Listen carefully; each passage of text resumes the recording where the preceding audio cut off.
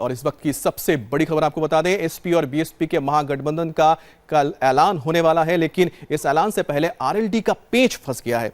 UP में कम seat मिलने से अजीत सिंह की पार्टी नाराज हो गई है। अखिलेश मायावती अजीत सिंह की पार्टी को 2 सीटें देना चाहते हैं, लेकिन आरएलडी ने दो टूक कह दिया है कि उन्हें ज्यादा सीटें चाहिए। खबर है कि इस नाराजगी की वजह से आरएलडी ने कल होने वाली प्रेस कॉन्फ्रेंस से अपनी दूरी बना ली है। और बात करेंगे, हमारे साथ जुड़ गए हैं आरएलडी के प्रवक्ता अनिल दुबे। अनिल दुबे जी, ये बताइए कि क्या आप लोगों से कंसल्टेशन किया गया था, पूछा गया था कि आप लोगों को कितनी सीटें चाहिए, या सीधे वहीं से डिक्लेयर किया गया है कुछ?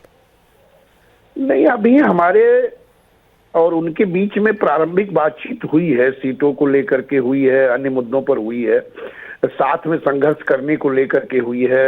एक सहमति बनी कि भारतीय जनता पार्टी के खिलाफ हम सारे लोग संघर्ष करें। जो समाजवादी पार्टी, बीएसपी और आरएलडी के बीच में जो सहमति उत्तर प्रदेश में उपचुनाव को लेकर बनी थी, उस पर चर्चा हुई। अभी यह नहीं तय हो पाया कि कौन कितनी सीटों पर लड़ेगा, कौन कहां पर लड़ेगा।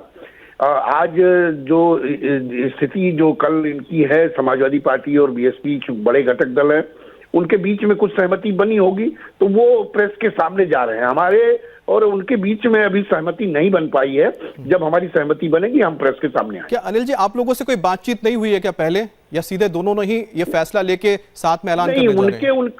उनके बीच में क्या बातें हुई हैं वो प्रेस के सामने जा रहे हैं। उनका जो कुछ भी तय हुआ हो। हमारा अभी गठबंधन में हमें हमारी अभी सीटों पर, हमें हमारे लड़ने पर हमारी इतनी सहमति है कि हम लोग साथ मिलकर के लड़ना चाहते हैं। भारतीय जनता पार्टी को हटाने के लिए हम साथ में रहेंगे, इस पर सहमति है। अभी कितनी सीटों पर कौन कहां लड़ेगा ये सहमति नहीं बन पाई है, इसलिए हम अभी प्रेस के सामने साझा नहीं हो रहे हैं। लेकिन आप लोगों की कोई तो आपने कुछ तय किया होगा कि हम कितने सीटों पर लड़ोगे, क्योंकि जो आरएलडी है काफी मजबूत है वेस्टर्न यूपी में। नहीं, आरएलडी पश्चिमी उत्तर प्रदेश में मजबूत घटक दल है और यह बात सभी लोग जानते हैं। और समाजवादी पार्टी के प्रमुख श्री अखिलेश यादव जी और हमारी पार्टी के राष्ट्रीय उपाध्यक्ष माननीय जयंत चौधरी जी के बीच में वार्ता हुई। हम लोग उस दिन गए हुए थे और दोनों नेताओं के बीच में बात हुई। बातचीत अभी निर्णायक दौर पर नहीं है। अभी कोई उसमें ऐसी स्थिति नहीं है कि हम आपके साथ साझा कर सकते हैं। लेकिन यही तो जानना चाहते हैं कि आप कितनी सीटें चाहते हैं। सीटें सम्मानजनक होने की स्थिति तो सभी दल चाहते हैं और सीटें सम्मानजनक हो जाएंगी तो हम उसको आपसे साझा करेंगे ना। कितनी एक सम्मानजनक सीट अगर आप बता सके, कितना आप एक आंकड़ा तो आप लोगों को दिमाग में होगा कि हम इतनी सीटों पे मजबूत हैं, हम ला सकते हैं मिलकर? अब ये दलों के नेता तय करेंगे। तो जब उनके बीच में एक फार्मूला है कि कौन कितने के कहां पर जीत सकता है, ये तीनों दलों के नेता, तीनों दलों के प्रमुख जो है इस चीज को तय करेंगे। बातचीत पॉजिटिव है, बातचीत अच्छी हुई थी, शुरुआत अच्छी हुई है और हमें उम्मीद है कि जो है उसके नतीजे भी अच्छे रहेंगे। जी, बहुत बहुत शुक्रिया आपका। हमारे साथ जुड़े थे आरएलडी के प्रवक्ता, जिनका यह कहना है कि बातचीत फाइनल नहीं हुई है, लेकिन वो सम्मानजनक सीटें चाहते हैं। लेकिन सूत्रों के हवाले से जो हमें खबर मिल रही है उसके मुताबिक बीएसपी और एसपी ने जो फॉर्मूला तय किया उसके हिसाब से 37 सीटें दोनों के पास रहेंगी, 2 सीटें आरएलडी को दी जाएंगी और 2 सीटें छोड़ी जा रही हैं कांग्रेस के लिए और 2 सीटें रहेंगी कुछ क्षेत्रीय दलों के लिए जो उनके साथ जुड़ सकते हैं। हमारे साथ जुड़ गए हमारे साथ विशाल प्रताप सिंह। विशाल, जो हमने बात की आरएलडी से, फिलहाल वो खुल के तो नहीं बता रहे हैं कि सम्मानजनक सीटें कितनी उनके पास एक चाहते हैं, लेकिन उनका आंकड़ा क्या है, क्योंकि सिर्फ 2 सीटों की तो बात आ रही है इन्हें देने की। देखिए अमित, जो हमें आरएलडी के सोर्सेज से जानकारी मिली है, समाजवादी पार्टी और बहुजन समाज पार्टी में बातचीत करने के बाद जानकारी मिली है, उसके मुताबिक राष्ट्रीय लोकदल 5 सीटों की मांग कर रहा है पश्चिमी उत्तर प्रदेश में। और जो मुलाकात हुई थी जयंत चौधरी के साथ अखिलेश यादव की, उस मुलाकात में भी इस बात का जिक्र किया गया था कि राष्ट्रीय लोकदल पश्चिमी उत्तर प्रदेश की 5 सीटें चाहता है और 4 से नीचे वो कॉम्प्रोमाइज करने को तैयार नहीं है। तो इसको लेकर के अभी उधेड़-बुन जारी है। अभी हमारी कुछ देर पहले समाजवादी पार्टी के जो मुख्य प्रवक्ता है एमएलसी सुनील सिंह साजन, उनसे बातचीत हुई है। उनका कहना है कि कल जो प्रेस कॉन्फ्रेंस होने जा रही है, ये समाजवादी पार्टी और बहुजन समाज पार्टी का जो गठबंधन का ऐलान है, मुख्यतः उस पर फोकस रहेगा। क्षेत्रीय दलों के साथ, सहयोगियों के साथ हम लगातार टच में हैं, लगातार बातचीत कर रहे हैं। सबका हम सम्मान रखेंगे और कोशिश करेंगे कि जितने भी दल हमारे साथ जुड़े हुए हैं उनको सीटें उस हिसाब से दिया जाए जिस हिसाब से उनका वोट शेयरिंग होगा, जिस हिसाब से हम उन सीट्स को जीत सकें। तो कुल मिलाकर के कल की जो प्रेस कॉन्फ्रेंस होगी वो बेहद महत्वपूर्ण है, लेकिन सहयोगियों को मनाना, उन्हें महागठबंधन में शामिल कराना और उसके बाद उनको उस सम्मानजनक सीटों तक पहुंचाना जहां जी। उनकी डिमांड भी पूरी हो और महागठबंधन का जो अपना फॉर्मूला है वो भी प्रभावित ना हो, तो ये देखना खासा दिलचस्प होगा। जी जी विशाल, आप बने रहिए क्योंकि हम ये भी जानना चाहेंगे कि क्या एसपी और बीएसपी ये जोखिम उठा सकती है कि आरएलडी को छोड़ दे, अपने साथ ना लाए, इस पर भी बात करेंगे विशाल से। लेकिन उससे पहले आपको बताते हैं समाजवादी पार्टी और बीएसपी के गठबंधन पर बीजेपी नेता शहनवाज हुसैन ने क्या प्रतिक्रिया दी है। शहनवाज ने कहा है कि दोनों कितना भी गठबंधन कर ले, यूपी की जनता मोदी के साथ है। ये बसपा और सपा जनता के बीच में तो जाती नहीं है, प्रेस कॉन्फ्रेंस के माध्यम से ही वो उत्तर प्रदेश की जनता को एड्रेस करते हैं। भारतीय जनता पार्टी वहाँ फील्ड में काम कर रही है और हमारा मिशन 51% वोट है। हम 51% वोट के टारगेट पर चुनाव लड़ रहे हैं और पिछली बार से ज्यादा सीट जीतेंगे और फिर से नरेंद्र मोदी जी को प्रधानमंत्री बनाएंगे। कोई कितनी प्रेस कॉन्फ्रेंस कर ले, कोई कितना इकट्ठा हो जाए, उत्तर प्रदेश की जनता और देश की जनता प्रधानमंत्री नरेंद्र मोदी जी के साथ एकजुट है और फिर से नरेंद्र मोदी जी को प्रधानमंत्री बनाने के लिए जनता सड़क पर आकर वोट करेगी और नरेंद्र भाई को प्रधानमंत्री बनाएगी। विशाल, जितना दावा कर रहे हैं शहनवाज हुसैन, लेकिन एक बात बताइए, ये तो चिंता की बात है क्योंकि बीएसपी और एसपी का साथ में आना ये कहीं ना कहीं एक बड़ा झटका है बीजेपी के लिए, क्योंकि बहुत मुश्किल है, क्योंकि दोनों जब मिल जाएंगे तो नुकसान ज्यादा ही नजर आता है। अमित, हाल ही के जो लोकसभा के उपचुनाव हुए थे उसमें इस बात का जीता जागता उदाहरण सामने आया है कि किस तरीके से बीजेपी की परंपरागत सीट गोरखपुर उनके हाथ से निकली। फूलपुर पे उत्तर प्रदेश के उप मुख्यमंत्री केशव प्रसाद मौर्य की सीट थी, वो उनके हाथ से निकली। कैराना में एक अच्छा बेस था, पश्चिमी उत्तर प्रदेश में जिस तरीके से भारतीय जनता पार्टी को समर्थन मिला था और वहां पर हुकुम सिंह जी की मौत के बाद वहां पर जो सीट पे चुनाव लड़ा गया था, ये माना जा रहा था कि भारतीय जनता पार्टी इस सीट से वापसी कर सकती है। लेकिन कैराना की हार ने और उसके बाद जो वहां पर विधानसभा का उपचुनाव हुआ उसकी हार ने ये बिल्कुल तय कर दिया कि जो मुकाबला होने जा रहा है महागठबंधन के साथ भारतीय जनता पार्टी का, वो आसान नहीं रहने वाला है। यही वजह है कि बहुजन समाज पार्टी और समाजवादी पार्टी का जो कैडर है। लेकिन विशाल, एक बात बताइए कि क्या एसपी और बीएसपी स्थिति में है कि वो आरएलडी को साथ में ना लेंगे अगर उनके मुताबिक वो सीटें लेने के लिए राजी ना हो?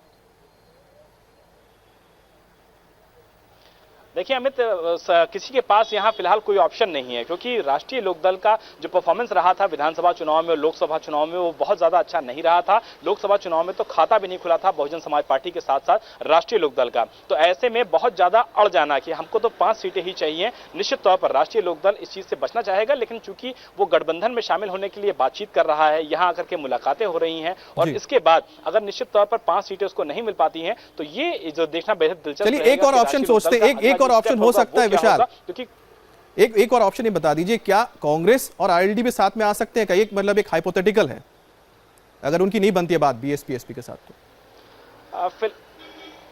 फिलहाल तो देखिए इस गठबंधन के बारे में ही राष्ट्रीय लोकदल की लगातार बातचीत चल रही है, लगातार चर्चा चल रही है। जयंत चौधरी परसों ही आए थे, अखिलेश यादव से मुलाकात करके गए थे और कांग्रेस के लिए लगातार दोनों ही नेता, चाहे वो समाजवादी पार्टी के हों या बहुजन समाज पार्टी के हों, कांग्रेस से जिस तरीके की दूरी बना रखी है दोनों ही पार्टी के लीडर्स ने, तो मुकाबला की जो कोशिश चुनाव है, चुनाव से पहले कुछ भी हो सकता है क्योंकि ये राजनीति में तो कोई दोस्त ना परमानेंट कोई दुश्मन होता है ना कोई परमानेंट दुश्मन होता है। खैर, एसपी बीएसपी के महागठबंधन के फॉर्मूले से ओम प्रकाश राजभर भी खुश नहीं है।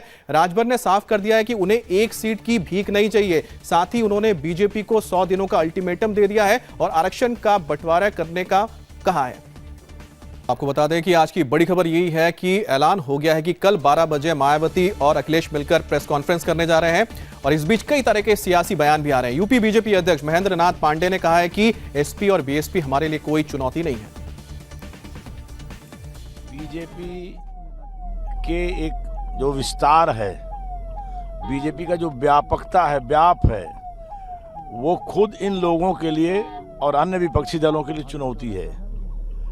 और उस चुनौती के चलते ये बहुत ही विपरीत ध्रुवों के दल, जिनका कभी सपने में भी नमस्कार दुआ सलाम 25-26 सालों से नहीं हो रहा था, वो मिल रहे हैं अपने अस्तित्व की रक्षा के लिए। और बीजेपी काम कर रही है प्रदेश की, देश की जनता की बेहतरी के लिए। आज हम उनके लिए चुनौती हैं, वो हमारे लिए आज भी कोई गंभीर चुनौती नहीं है। और हाल के अनेक निर्णयों ने बीजेपी का ग्राफ इतना बढ़ाया है, आज बीजेपी के संग सारा अति दलित और दलित वर्ग का शेष हिस्सा, ओबीसी का आगे बढ़ा हिस्सा सब बीजेपी के साथ है। सामान्य वर्ग आज पूरे इन सब साथियों के साथ मिलकर सहयोग कर रहा है। इस नाते हमारे लिए वो कहीं चुनौती नहीं है। तो एक बार फिर से रुक कर लेते हैं हमारे संवाददाता विशाल प्रताप सिंह का। विशाल, महेंद्र नाथ पांडे तो ये कहते हैं कि उनके लिए चुनौती नहीं है बीएसपी एसपी, लेकिन अंदर तो जरूर खाने में बात हो रही होगी कि आखिर कैसे निपटा जाए बुआ और बबुआ से। देखिए अमित, जो लेटेस्ट में नतीजे आए हैं उसी ने सोचने को मजबूर किया है भारतीय जनता पार्टी को भी कि आखिर इस जोड़ी से निपटा कैसा जाए। और इस जोड़ी को भी ऑप्शन इसी बात से मिला है कि अकेले अकेले लड़ करके जिस तरीके के रिजल्ट्स आए थे विधानसभा चुनाव में, लोकसभा चुनाव में, उसके बाद इनके पास कोई ऑप्शन नहीं बचा था। हाँ, ये जरूर था कि जिस तरीके से उपचुनाव में समाजवादी पार्टी बहुजन समाज पार्टी का गठबंधन हुआ, समाजवादी पार्टी के कैंडिडेट खड़े हुए और बहुजन समाज पार्टी ने अपने कैंडिडेट को हमारे साथ ओपी राजभर जी जुड़ गए हैं, उनसे बात करते हैं। राजभर जी, ये जो गठबंधन हुआ है इसको लेकर सबसे पहले आपका रिएक्शन चाहते हैं, और क्या आपकी पार्टी भी क्या शामिल हो सकती है, क्योंकि आपकी एक नाराजगी है बीजेपी से। देखिए, हम भारतीय जनता पार्टी के साथ हैं और भारतीय जनता पार्टी चाहेगी तो हम साथ छोड़ सकते हैं, नहीं चाहेगी तो हम भारतीय जनता पार्टी के साथ ही रहेंगे। लेकिन पार्टी बीजेपी की ओर से तो कभी कहा ही नहीं गया कि वो आपको छोड़ना चाहते हैं। आपके हमने लगातार बयान देखे कि आप नाराज हैं।